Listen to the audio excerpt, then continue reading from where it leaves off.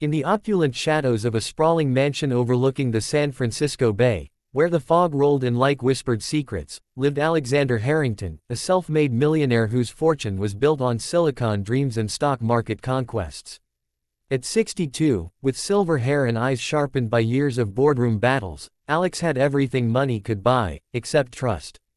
His latest paranoia centered on Elena Ramirez, his loyal maid of 5 years, a woman whose quiet efficiency had kept his home immaculate. Small items had gone missing lately, a silver pen, a vintage watch from his study.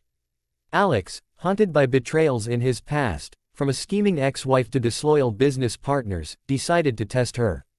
One crisp autumn morning, as the city below buzzed with life, he deliberately left his safe ajar in the master bedroom, stacks of crisp $100 bills peeking out like forbidden fruit. Hidden cameras rolled, and Alex retreated to his office, heart pounding with a mix of anticipation and dread. Little did he know, this trap would unravel not Elena's character, but his own heart and soul. Elena arrived at precisely 8 a.m., as she always did, her worn sneakers squeaking softly on the marble floors. A 45-year-old immigrant from Mexico, she carried the weight of two worlds on her shoulders, the one she left behind, filled with sun-baked villages and family ties, and the one she embraced in America, where dreams were chased amid endless hustle. With 3 children to support, her eldest son, Miguel, battling a rare illness that drained their savings, Elena worked tirelessly, sending money home and scraping by in a tiny apartment in Oakland. She hummed a soft lullaby from her childhood as she dusted the living room, her calloused hands moving with the grace of someone who found dignity in every task. Alex watched from his screen, his coffee growing cold. Would she succumb? The safe was in plain view, a temptation designed to expose any flaw.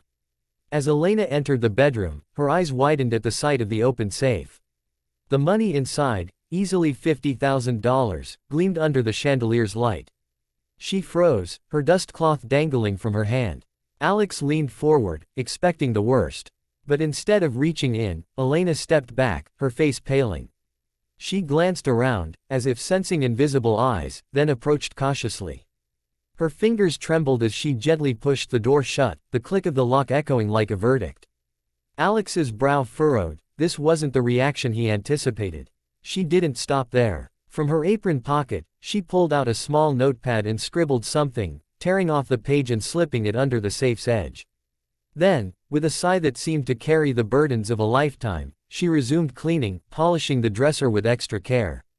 Curiosity burned in Alex as he fast-forwarded the footage. What had she written? He couldn't wait for her to leave. Feigning a casual return to the bedroom, he found the note. "Senor Harrington, I think you forgot to close this. Please be careful, there are bad people in the world, but not everyone is like that. Your home is safe with me. Dios te bendiga. God bless you." The words hit him like a wave, simple yet profound. No theft, no greed, just concern for him.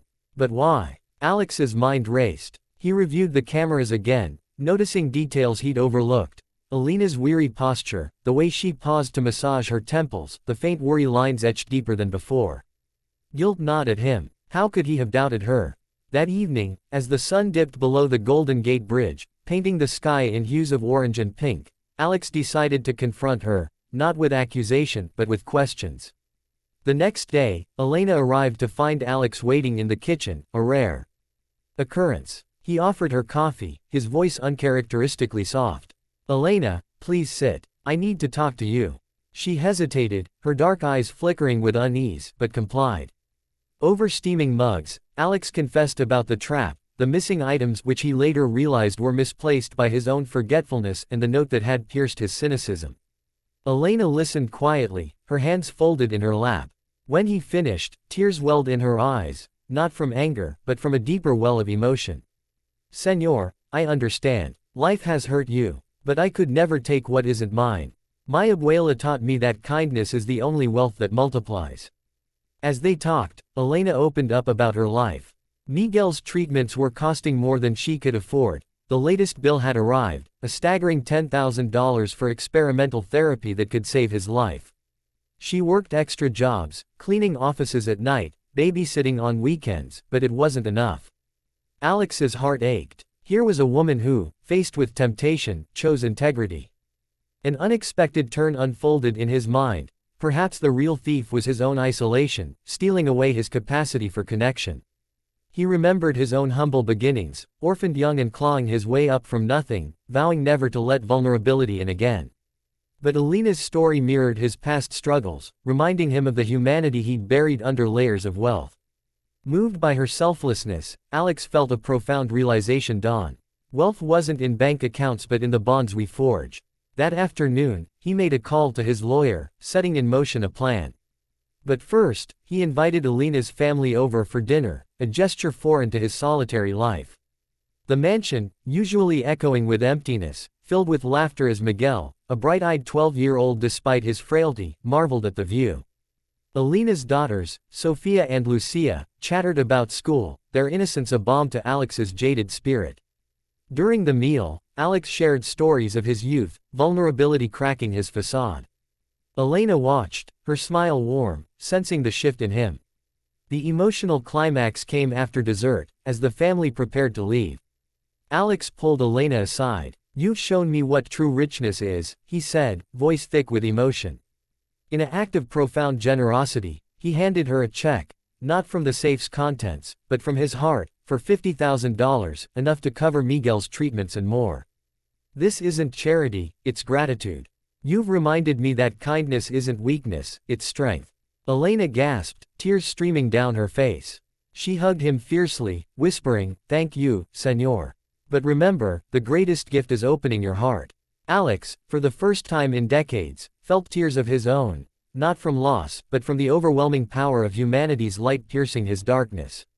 In the weeks that followed, Alex's life transformed. He volunteered at local clinics, funding programs for immigrant families like Alina's. Miguel's health improved, and the two families grew close, sharing holidays and milestones. Alex learned to trust again, his mansion no longer a fortress but a home filled with warmth. Alina's reaction hadn't just spared her a trap, it had freed him from his own prison of suspicion. And so, in a world often divided by walls of wealth and doubt, this story whispers a heartwarming truth. True wealth blooms from acts of kindness, selflessness bridging the gaps between us. No matter our station, the power of humanity lies in choosing compassion over cynicism, leaving us all a little more hopeful, a little more whole. As the fog lifted over the bay, revealing a clearer horizon, Alex knew that the greatest fortunes are those we give away.